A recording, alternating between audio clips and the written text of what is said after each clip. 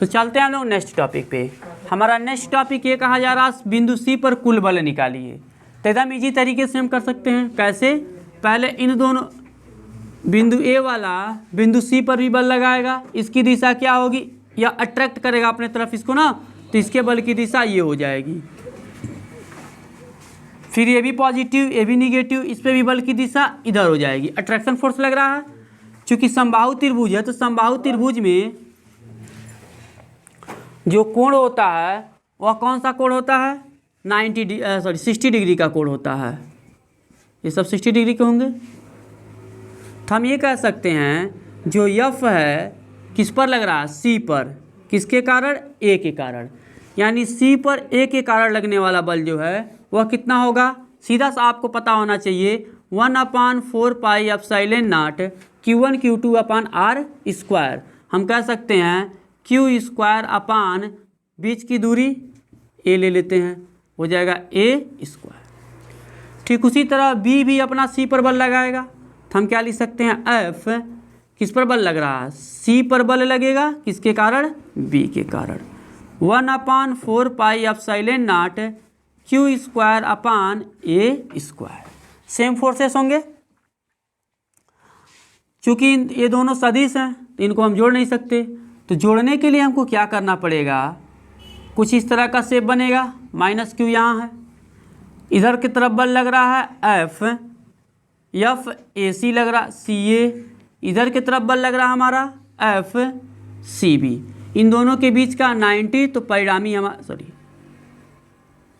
60 परिणामी आएगा बीच में। जब परिणामी बीच में आएगा तो परिणामी बल कितना होगा? तो हमारा यहाँ पर आएगा परिणामी बल। परिणामी बल, परिणामी बल एफ बराबर, अभी आप फार्मूला पढ़े हैं under root A square B square 2ab cos थीटा। सेम उसी के नियम के अनुसार चलेंगे तो हमारा क्या होगा? F C A square F C B square 2 F C A into F C B cos 60 degree. ध्यान से आप देखिए, चूँकि आवेश समान है, जब आवेश समान है तो बल भी समान होगा। जब बल समान होगा तो हम कह सकते हैं F C A F C B के बराबर होगा। तो अंडर रूट हम कह सकते हैं F C A square F C B square plus 2, इसको भी सी ए बना देते हैं, इक्वल हैं सब।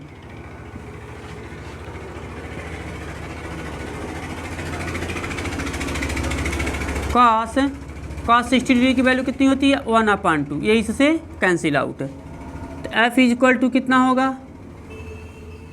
एफ सी ए मिलके 2 एफ सी ए स्क्वायर, यहाँ भी कितना होगा? F C A square. तो कितना टोटल रिजल्ट आएगा? 2 और 1 मिलके 3, तो आएगा F C A under root 3। ठीक है। अब हम यहाँ देखें तो एक फार्मूला निकल के आएगा एफ बराबर, एफ सी ए की वैल्यू कितनी थी? 1/4 pi epsilon not Q square upon A square into under root 3। ये हमारा फार्मूला निकल के आता है। तो किसी भी समबाहु त्रिभुज में किसी एक आवेश पर बल निकालने के लिए हम इस फार्मूले का यूज कर सकते हैं। ठीक है। लेकिन वही हमको इस पे निकालना हो या इस पे निकालना हो, ए बी सी किसी भी बिंदु पे आपको निकालना होगा तो आप इस फार्मूले की सहायता से आराम से लगा सकते हैं। तो हमारा सूत्र क्या बनता है इसके लिए? सूत्र सिंपल सा आपको याद कर लेना है, F is equal to 9 × 10⁻9 Q square upon A square under root 3। ये आपको फार्मूला याद लिख लेना है। किसके लिए? समबाहु त्रिभुज के लिए। ठीक है। चलते हैं नेक्स्ट टॉपिक पे। सेम यही नेक्स्ट टॉपिक हमारा क्या होगा? अगर तीनों जगह आवेश का मान हम बराबर कर दें और उस कंडीशन में कहें बल निकालिए, तब भी सेम फार्मूला चलेगा। सपोज कीजिए यहाँ पर भी हम प्लस क्यू कर दिए, तीनों जगह बराबर हो गया, बल की दिशाएं बदल जाएंगी, जाहिर सी बात है। अब हमको किसी भी एक बिंदु पर निकालना होगा तो उस कंडीशन में क्या होगा, सपोज कीजिए हम बी पे निकालना चाहते हैं तो इसके और इसके बीच में प्रतिकर्षण बल लगेगा, बाहर की तरफ इन दोनों के बीच में प्रतिकर्षण बल लगेगा तो एंगल तो 60 ही आएगा। लेकिन हमसे कहा जाए इसके केंद्र पे निकालिए, त्रिभुज के केंद्र पर Q आवेश पर लगने वाला बल, सपोज कीजिए इसके सेंटर में कोई चार्ज रख दिए Q, कहेंगे इस पे बल का कुल मान ज्ञात कीजिए, ठीक है। तो ध्यान रखिएगा, जब समान आवेश हो तब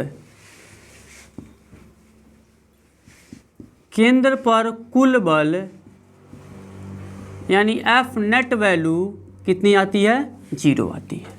इसलिए आती है क्योंकि इसके कारण यहाँ पे बल और इसके कारण यहाँ पे बल, दोनों प्रतिकर्षण बल होगा, आपस में कैंसिल आउट हो जाएंगे सब, इसके कारण और इसके कारण ये भी कैंसिल आउट।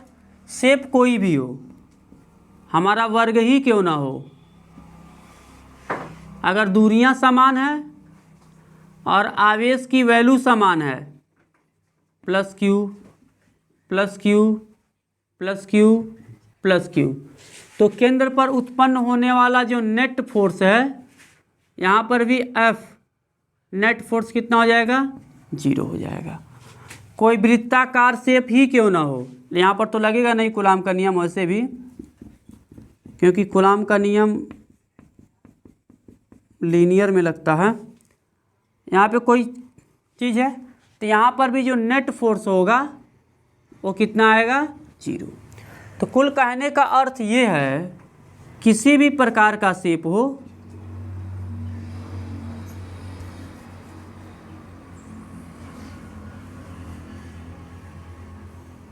अगर आवेश समान रखे गए हैं तो इसके कारण केंद्र पर जो बल लगेगा यहाँ पर भी F नेट फोर्स कितना होगा, 0 होगा, ठीक है। कब, जब किनारों पर रखे गए बल का परिणाम और उनका मान समान हो, तब जो सेंटर पे फोर्स उत्पन्न होता है वह 0 उत्पन्न होता है। तो ये सब आप ध्यान में रखिएगा। लेकिन और लेकिन यही इसके जो आवेश हैं इनकी प्रकृति बदल दी जाए, धनायन और ऋणायन कर दी जाए, तब जो केंद्र पे बल आता है वह अलग अलग शेप में अलग अलग प्रकार से आता है।